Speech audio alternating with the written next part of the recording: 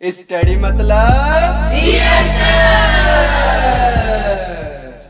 Guys, सबसे पहले समझते हैं सिंपल, कंपाउंड और कॉम्प्लेक्स सेंटेंस के मीनिंग को। उसके बाद हम करेंगे इनका ट्रांसफॉर्मेशन। और मीनिंग मैंने आपको इस वीडियो के अंदर बहुत डिटेल में अच्छे से समझाया हुआ है। अगर अभी तक आपने ये वीडियो नहीं देखी है तो कोई बात नहीं, बाद में देख लेना। अभी हम एक छोटा सा क्विक रिवीजन कर लेते हैं इनके मीनिंग का। तो मैं स्टार्ट करता हूं हमारे सिंपल सेंटेंस से। सिंपल सेंटेंस कौन से होते हैं? सिंपल सेंटेंस हमारे ऐसे सेंटेंस होते हैं जिनमें एक इंडिपेंडेंट क्लॉज होगा बस, यानी एक सब्जेक्ट होगा और एक वर्ब होगी और उसी से पूरी बात हमें समझ में आ जाएगी। आपके सामने एग्जांपल लिख रहा हूं, we must eat to live. इसके अंदर ध्यान से देखो, एक सब्जेक्ट है वी, है ना, है कि नहीं? बिल्कुल। और एक मेन वर्ब हो गई हमारी ईट। और इसका मीनिंग क्या बना कि भाई हमें खाना चाहिए जीने के लिए, जिंदा रहने के लिए हमें खाना चाहिए। बात पूरी समझ में आ गई? आ गई। तो इस तरह के सेंटेंस हमारे कहलाते हैं सिंपल सेंटेंसेस। आगे बढ़ते हैं, कंपाउंड सेंटेंस को देखते हैं। कंपाउंड सेंटेंस में क्या होता है?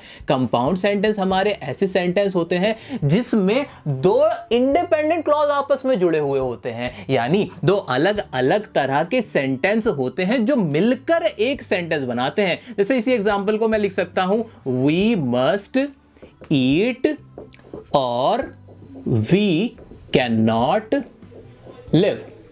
राइटिंग मेरी बहुत बुरी है, आप समझ लेना, ठीक है। तो इसके अंदर ध्यान से देखो, दो सेंटेंस थे, वी मस्ट ईट, हमें खाना चाहिए। एक और सेंटेंस है, वी कैन नॉट लिव, हम जिंदा नहीं रह सकते। अब इन दोनों सेंटेंस को अगर मैं अलग अलग भी बोलता हूं तो मुझे समझ में आ जाता है। वी मस्ट ईट, हमें खाना चाहिए, अपने आप में पूरा कंप्लीट है, बिल्कुल है। इसको देखो, वी कैन नॉट लिव, हम जिंदा नहीं रह सकते, अपने आप में कंप्लीट है, बिल्कुल है। तो इन दोनों सेंटेंस को जब हमने आपस में मिला दिया तो हमने कहा ये था हमारा कंपाउंड सेंटेंस। क्योंकि अब हमें पूरी बात समझ में आ रही है एक साथ इनको पढ़ के? हाँ, समझ में आ रही है। कहने का मतलब यही तो है कि भाई हमें खाना चाहिए जिंदा रहने के लिए। वही बात तो हो गई कि भाई हमें खाना खाना चाहिए और वी कैन नॉट लिव, हम जी नहीं सकते। ऊपर वाली ही बात तो यहां पर भी थी, बिल्कुल। आगे बढ़ते हैं कॉम्प्लेक्स सेंटेंस की तरफ। अब कॉम्प्लेक्स सेंटेंस क्या है? इसके अंदर क्या होगा? इसके अंदर भी दो सेंटेंस होंगे, यानी दो क्लॉज होंगे, लेकिन फर्क ये होगा कि इनमें जो एक क्लॉज होगा वो डिपेंडेंट होगा दूसरे के ऊपर। इसका क्या मतलब है अभी समझते हैं। जैसे मैंने आपके सामने लिखा, इसे काट दिया मैंने और फिर मैंने लिखा इफ वी ईट, आगे लिखा मैंने वी कैन लिव। अब इसका मीनिंग क्या बना? इसका मीनिंग ये बना, भाई अगर हम खाते हैं तो हम जी सकते हैं। अब ध्यान से देखो, जब मैंने एक ये सेंटेंस लिखा इफ वी ईट, कि अगर हम खाते हैं, एक और सेंटेंस लिखा वी कैन लिव, हम जिंदा रह सकते हैं, तो दो अलग अलग सेंटेंस थे, बिल्कुल थे। आपस में एक साथ लिखे गए एक सेंटेंस बनाया, हाँ बनाया। लेकिन मजे की बात यह है कि अगर मैं इसको अलग से पढ़ता हूं, इफ वी ईट, अगर हम खाते हैं, तो इसका कोई मीनिंग नहीं निकला। बिल्कुल सही बात, इसका अपने आप में कोई मीनिंग नहीं था, ये डिपेंड है इसके ऊपर। जब ये इसके साथ मिलकर पढ़ा गया तब सामने वाले को पूरी बात समझ में आ गई। इस तरह के सेंटेंस को हम बोलते हैं कॉम्प्लेक्स सेंटेंस। अच्छा, इन तीनों ही सेंटेंस का मीनिंग क्या अलग है? पढ़ना जरा मेरे साथ। We must eat to live, कि हमें खाना खाना चाहिए जिंदा रहने के लिए, पहला था सिंपल। आगे बढ़ते हैं, वी मस्ट ईट और वी कैन नॉट लिव, कि हमें खाना खाना चाहिए वरना हम जिंदा नहीं रह सकते। ये भी बात यही हुई। अब नीचे देखते हैं, if we eat we can live, अगर हम खाते हैं तभी हम जी सकते हैं। इसका भी तो यही मीनिंग निकला। तो यानी तीनों का मीनिंग तो सेम ही था, फर्क तो कुछ नहीं था। बिल्कुल सही बात। इंग्लिश के अंदर आप अपनी बात तरह तरह से कह सकते हो, ये आपके ऊपर डिपेंड है कि आप किस तरह से कहना चाहते हो। दोस्तों, यही होते हैं हमारे types of sentence, types of talk, कि आप कैसे अपनी बात को कह रहे हो। दोस्तों, अब मैं आपको बताता हूं कि आपको इन सेंटेंसेस को आपस में ट्रांसफॉर्म कैसे करना है। जैसे मैंने जब यहां कंपाउंड बनाया तो और लगा दिया, जब कॉम्प्लेक्स बनाया तो इफ लगा दिया। ये मैं आपको अब सिखाने वाला हूं, तो बहुत ही कंसंट्रेशन के साथ मेरे साथ आप एंड तक बंधे रहना। एग्जाम में बहुत ज्यादा पूछा जाता है, तो एग्जाम के अंदर आपका ये दिमाग खराब हो जाता है कि आपको ये कैसे करना है। बहुत मुश्किल लगता है, टेक्निकल लगता है, लेकिन बिलीव मी ये बहुत आसान होता है अगर आप इसका जिस्ट समझ गए। तो सेंस के साथ हम इसको सीखने वाले हैं, तो शुरू करते हैं।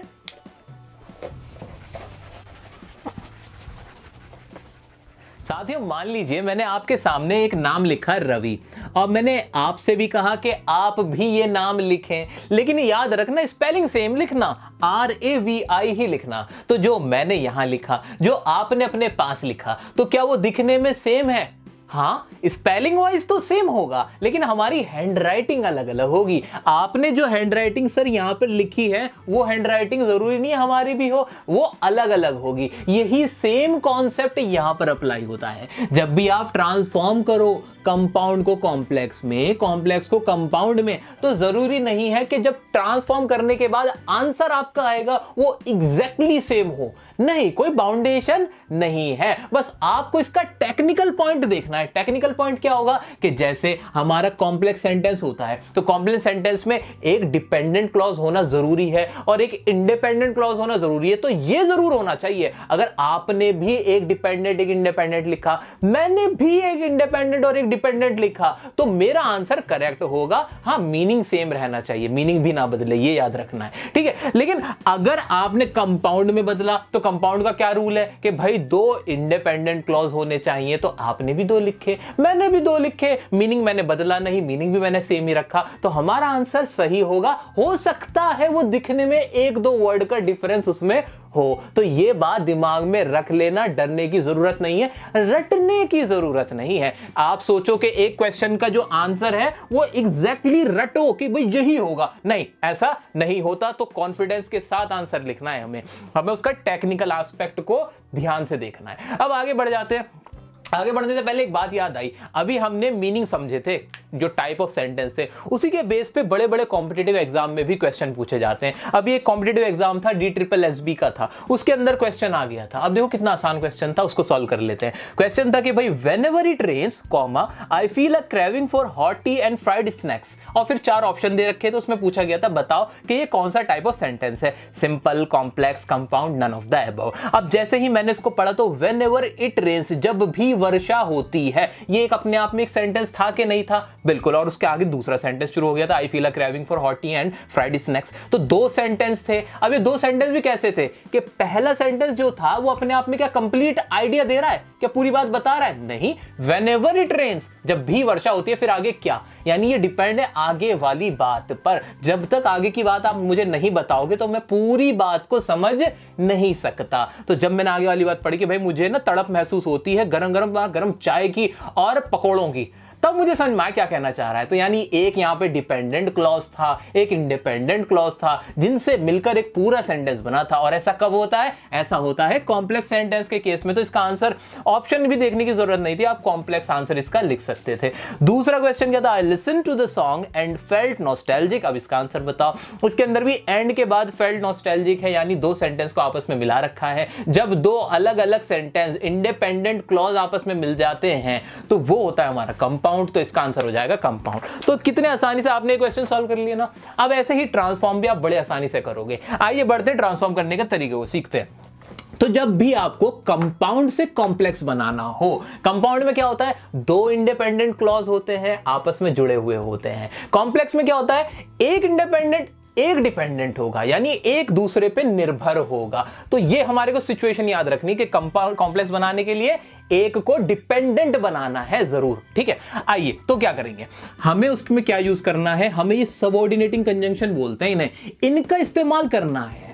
हमें क्या करना है कि उन 2 सेंटेंस में से ना, जो कंपाउंड वाले होंगे 2 सेंटेंस से बना हुआ होता है, तो उन 2 सेंटेंस में से किसी भी एक सेंटेंस के अंदर ये सबऑर्डिनेट कंजंक्शन का इस्तेमाल करना है ताकि वो डिपेंडेंट बन जाए। ऐसा करना है। आइए एग्जांपल की मदद से करते हैं। रवि भाई साहब जरा आप र बोलो।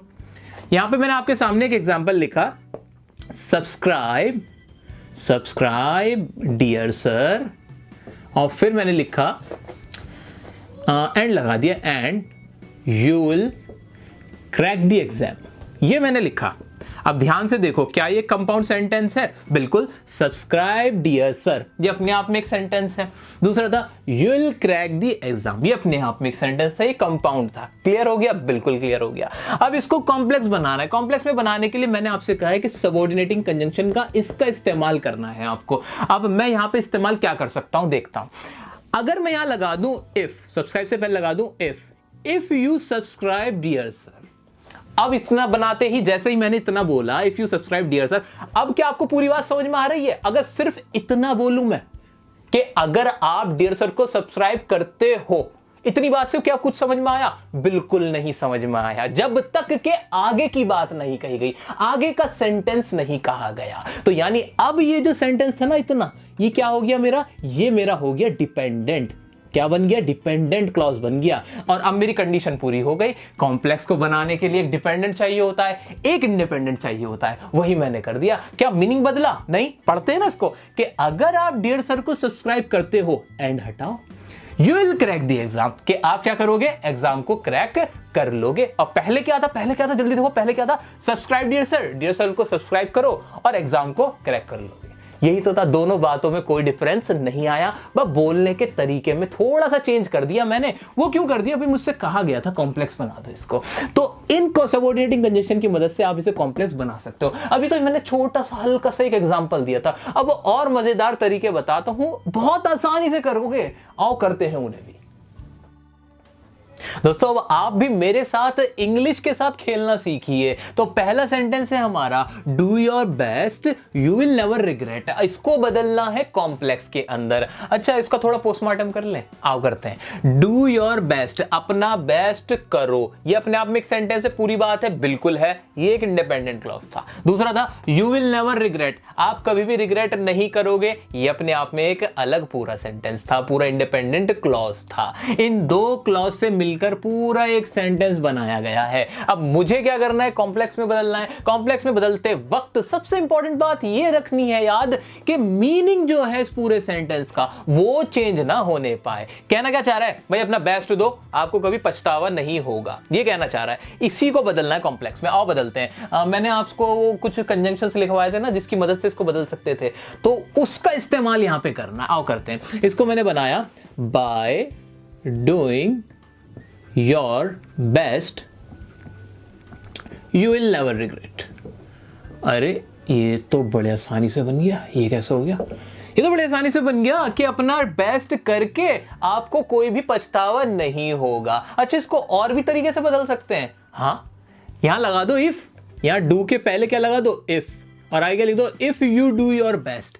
If you do your best, अगर आप अपना बेस्ट करते हो तो आपको कोई पछतावा नहीं होगा, कोई रिग्रेट नहीं होगा। तो मैंने दो तरह से बनाया। अब क्या दोनों सही है? बिल्कुल सही है, क्योंकि जो मीनिंग था वो तो बदला नहीं, और हमने एक डिपेंडेंट क्लॉज बना दिया और दूसरा इंडिपेंडेंट क्लॉज ही रखा। इफ लगा के या बाय डूइंग करके मैंने इसको डिपेंडेंट बना दिया, क्योंकि इतने का तो कोई मतलब बना ही नहीं। बाय डूइंग योर बेस्ट तो कुछ बना ही नहीं, पूरी बात ही नहीं हुई। तो देखा कि इफ लगाओ, बाय डूइंग लगाओ या बिकॉज लगाओ, कुछ भी लगा सकते हो, बस कॉम्प्लेक्स में बदलना है, बात खत्म। नेक्स्ट देखते हैं क्या। She aimed to win the prize and worked hard. उसने क्या? प्राइज जीतने की तरफ उसने एम किया, निशाना साधा, एंड वर्कड हार्ड, और मेहनत करी। अब इसको बदलता हूं मैं। इसको मैंने बदला, she worked hard so that she might win the prize. इसमें भी मैंने क्या किया? कुछ भी नहीं किया। मैंने इसके अंदर एक को डिपेंडेंट बना दिया, सो दैट लगा के मैंने डिपेंडेंट बना दिया इसके, कि भाई उसने मेहनत करी ताकि वो प्राइज को जीत सके। इस तरह से ये कॉम्प्लेक्स बन गया। अब लास्ट वाला है, he did this and got punished. बहुत मजेदार है। इसमें भी क्या करूंगा मैं कि भाई उसने ये किया, ये है उसने किया और उसको इसके लिए सजा दी गई, सजा मिली। बनाओ, ही गॉट पनिश्ड। अब ये एक इंडिपेंडेंट क्लॉज था, मैंने आगे लगा दिया बिकॉज ही डिड दिस। तो वो कितने आसानी से बना दिए, बहुत मजेदार होते हैं ये तो। इनमें कुछ करना नहीं होता, इसमें कुछ करना नहीं होता, वो बात को घुमा फिरा के कहना होता है, और वो ही हम यहां पर कर रहे हैं। तो कंपाउंड से कॉम्प्लेक्स तो बना दिया, अब कॉम्प्लेक्स से कंपाउंड कैसे बनाओगे? बिल्कुल रिवर्स करना है रूल। छोटी छोटी बातें वो देख लेते हैं। कंपाउंड को कॉम्प्लेक्स में तो बदल दिया, लेकिन कॉम्प्लेक्स को कंपाउंड में कैसे बदलोगे? अब ये बताओ। इसको करने का सबसे आसान तरीका ये है कि आप कॉम्प्लेक्स सेंटेंस की कॉम्प्लेक्सिटी खत्म कर दो। ये तो इसी तरह हुआ कि सांप का जहर निकाल के फेंक दो, जो वर्ड उसे कॉम्प्लेक्स बना रहे हैं वो वर्ड आप वहां से हटा दो, वो बन जाएगा कंपाउंड सेंटेंस। आइए बनाइए मेरे साथ। पहला सेंटेंस है मेरा, we can prove that he is the best, कि हम प्रूव कर सकते हैं कि वह बेस्ट है। इसके अंदर भी दो क्लॉज थे, वी कैन प्रूव एक था, that he is the best एक था। ये वाला जो हमारा सेंटेंस था ये इस पे डिपेंड था, तभी हमें पूरी बात समझ में आ रही थी। ये था पूरा कॉम्प्लेक्स का स्ट्रक्चर, बड़ा प्यारा सा बना हुआ रखा था। अब मीनिंग चेंज नहीं होना चाहिए, बनाते हैं इसको। इसमें दैट हटा दूं, दैट हटते ही ये अपने आप में इंडिपेंडेंट हो जाएगा, ये अपने आप में इंडिपेंडेंट हो जाएगा। करते हैं ना, तो मैं बना देता हूं इसको, ही इज द बेस्ट, वह बेस्ट है, फुल स्टॉप लगाया और फिर लिखा we can prove, we can prove. अब इसको पढ़ो, क्या बनाइए, वह बेस्ट है, हम प्रूव कर सकते हैं। वही तो बात हुई, पहले भी वही बात हो रही थी, बन गया आपका ये कंपाउंड सेंटेंस, बड़े आसानी से बन गया। अच्छा एक बात बताओ, यहां पे मैं दैट लगा दूं, वी कैन प्रूव दैट, अब ज्यादा बढ़िया लग रहा है ना, अब ज्यादा बढ़िया लग रहा है कि ही इज द बेस्ट, वह बेस्ट है और हम ये प्रूव कर सकते हैं। अब अच्छे से समझ में आया सर, ये इसका करेक्ट आंसर होना चाहिए, है ना। अगर ऐसा सोच रहे हो तो बिल्कुल गलत सोच रहे हो, ये नहीं हो सकता, दैट यहां पे नहीं आ सकता। क्यों नहीं आ सकता? ये इसलिए नहीं आ सकता कि अगर यहां आप दैट लगा दोगे तो ये दोबारा से एक सबऑर्डिनेट क्लॉज हो जाएगा, ये एक डिपेंडेंट क्लॉज हो जाएगा, क्योंकि फिर वी कैन प्रूव दैट अपने आप में एक कंप्लीट मीनिंग नहीं देगा। इसलिए तो फिर तो वही बात हो गई, ये दोबारा से क्या बन जाएगा, कॉम्प्लेक्स बन जाएगा। तो इसलिए यहां दैट नहीं आएगा, बिना दैट के ही रहेगा। समझ में आई ना बात? आगे बढ़ते हैं।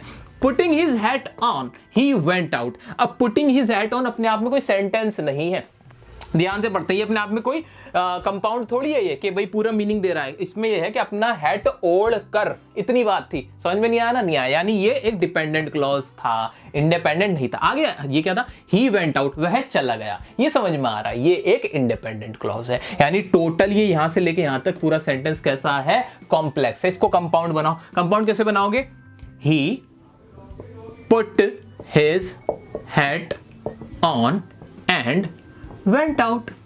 अरे अरे सर, इतनी आसानी से बन गया? अरे हाँ, इतनी आसानी से बन गया। अच्छा यहाँ एंड लगा दिया मैंने। अच्छा ऊपर वाले में तो एंड नहीं लगाया था, जबरदस्ती नहीं है। जहां एंड लगकर मीनिंग अच्छे से समझ में आए, एंड लगा दो। जहां एंड की जरूरत नहीं है, नॉर्मल सेंटेंस आप फ्रेम कर पा रहे हो तो नॉर्मल रखो, लेकिन हेल्प के लिए आपके एंड, बट और फॉर, ये सारे जो मैंने ऊपर लिखे हैं जिन्हें हम कोऑर्डिनेटिंग कंजंक्शंस कहते हैं, वो इस्तेमाल आप कर सकते हो। आपको मैं ये एक शस्त्र दे रहा हूं, वेपन दे रहा हूं आपको। तो अब इसको पढ़ो, ही पुट हिज हैट ऑन, उसने अपनी टोपी लगाई और क्या कर दिया, एंड वेंट आउट, और चला गया। तो वही मीनिंग ऊपर था, वही नीचे था, लेकिन अब ये क्या बन गया, अब ये बन गया हमारे कंपाउंड सेंटेंस। नेक्स्ट क्या है, if you give me the book I will read it. अब इसके अंदर तो इफ का तो बहुत इस्तेमाल, इफ बड़ा शरारती है। इफ ने वहां भी बहुत सारे कॉम्प्लेक्स सेंटेंस बनाने में हमारी मदद की थी, आप भी इसकी यूज बहुत करोगे। इफ उसका इस्तेमाल बहुत करना कॉम्प्लेक्स बनाते हुए, बहुत ज्यादा ईजी हो जाता है। फिर अगर आप मुझे बुक देते हो ना, आई विल रीड इट, मैं इसे पढ़ूंगा, इसको बनाओ, मैं नहीं बनाऊंगा, ये होमवर्क लो। बड़ा आसान है, बड़ा मजेदार है ये वाला सेंटेंस। ये आप होमवर्क में रखो, कमेंट करके मुझे बताना, मैं चेक करूंगा। आगे बढ़ेंगे, अब देखेंगे हमारे कौन से सिंपल सेंटेंसेस। साथियों बात करते हैं सिंपल सेंटेंस को बनाने की, यानी कंपाउंड या कॉम्प्लेक्स से सिंपल बनाना है। इसको कैसे बनाएंगे? सिंपल को बनाने का तरीका ही सिंपल है, यानी आपको क्या करना है, कंपाउंड सेंटेंस या कॉम्प्लेक्स सेंटेंस दोनों के अंदर ही दो दो सेंटेंसेस होते हैं कि नहीं होते? बिल्कुल। सेंटेंसेस मैं आपके लिए कह रहा हूं, वैसे तो उन्हें क्लॉज बोलते हैं, होते हैं कि नहीं? बिल्कुल होते हैं। लेकिन सिंपल में क्या होता है, एक इंडिपेंडेंट क्लॉज होता है, यही होता है ना। तो आपको क्या करना है, ये दो थे, ये दो थे, इन दो को किसी भी तरह एक बना देना है, एक इंडिपेंडेंट क्लॉज बना देना है जिससे पूरी बात सामने वाले तक पहुंच जाए। ये आपको करना, यानी फुल आजादी है। इसमें कुछ भी लेस करो, कुछ भी ऐड करो, आपके ऊपर डिपेंड है। बस एक सिंगल सब्जेक्ट होगा और एक ही मेन वर्ब होगी, एक ही प्रेडिकेट होगा। क्लियर हो गया? बिल्कुल क्लियर हो गया। आगे बढ़ते हैं, बनाते हैं ना। आइए, आपके सामने एक कंपाउंड सेंटेंस है, ही इज वेरी पुअर, वह बहुत गरीब है, but he does not complain, वो शिकायत नहीं करता है, ये मेरा हाल है। आगे बढ़ते हैं, इसको बनाते हैं। कैसे बनाओगे? आप इन स्पाइट ऑफ का इस्तेमाल कर सकते हो, के बावजूद। बहुत ज्यादा इस्तेमाल होता है इन स्पाइट ऑफ का सिंपल बनाते वक्त, तो एग्जाम में कहीं फंस जाए और इन स्पाइट ऑफ से बने तो बना देना, in spite of being poor, और आगे क्या लिख सकते हो, ही डज नॉट कंप्लेन। अरे सर, इसमें भी तो दो सेंटेंस हो गए, इन स्पाइट ऑफ भी तो एक सेंटेंस है। अरे बाबू, ये सेंटेंस नहीं, ये कंडीशन है, सिचुएशन है, इसके अंदर सब्जेक्ट तो ही है, बस समझ में आई पूरी बात? बिल्कुल। तो घबराना नहीं कि लंबा लंबा सेंटेंस हो गया तो जरूर ये तो कंपाउंड या कॉम्प्लेक्स होगा, तुक्का नहीं मारेंगे, टेक्निकल बनेंगे हम। आगे बढ़ते हैं। He confessed that he was the guilty of crime. अब ये बहुत लंबा चौड़ा था, उसने कन्फेस किया, ये तो अपने आप में एक था। That he was the guilty of the crime, के वह क्राइम का गिल्टी है, जो जुर्म किया है उसका गिल्टी वह है। ठीक है, अब इसको सिंपल कैसे बना सकते हो? कहना तो ये यही चाह रहा है ना कि उसने क्राइम को कन्फेस किया, ये तो कहना चाह रहा है, बना दो। तो मैं सिंपल क्या बोल दूंगा इसका answer? He confessed the crime, बस इतना रख दो। अब इस बात पे आप लड़ ही नहीं सकते कि इसको लंबा क्यों नहीं खींचा, क्यों खींचूंगा लंबा? कहने की बात तो मेरी यहीं पर पूरी हो गई ना कि ही कन्फेस्ड द क्राइम, उसने अपना जुर्म कबूल किया, बात खत्म। आगे बढ़ते हैं, आइए। I saw a dog that was bounded. मैं नहीं बनाऊंगा इसका आप बनाओगे, होमवर्क है आपका। आप इस पे कमेंट करके इसका आंसर मुझे बताओगे। 2 होमवर्क दिए थे, अभी एक पीछे दिया था, एक अब दिया है। दोनों का होमवर्क का आंसर मुझे चाहिए, बिल्कुल सही से चाहिए, ठीक है? तो दोस्तों ये तो तरीका था कंपाउंड कॉम्प्लेक्स से सिंपल बनाने का, लेकिन सिंपल से कंपाउंड और कॉम्प्लेक्स कैसे बनाएंगे ये मैं आपको सिखाऊंगा नेक्स्ट पार्ट में। अगर आप चाहते हैं कि मैं आपका इसका नेक्स्ट पार्ट बना के आपके लिए लेके आऊं तो वीडियो को लाइक कर दें, अपने मोबाइल की स्क्रीन तोड़ दें लाइक कर करके, और कमेंट में बताएं कि आपको सेकंड पार्ट चाहिए कि नहीं। जो आपको होमवर्क दिया उसका आंसर भी कमेंट में लिख के आए। और एक बात है कि अगर आपको कोई क्वेरी पूछनी है तो हमारे इंस्टाग्राम पेज डियर सर को लाइक करें, हमारे फेसबुक पेज को लाइक करें, वहां हम आपको क्वेरी बताएंगे। साथ ही साथ हमारी वेबसाइट है, लिंक डिस्क्रिप्शन में दिया गया है, वेबसाइट पे विजिट करें। अगर एप्लीकेशन डाउनलोड नहीं करी है तो एप्लीकेशन को भी डाउनलोड करें। तब तक के लिए मिलते हैं आपसे, बाय बाय।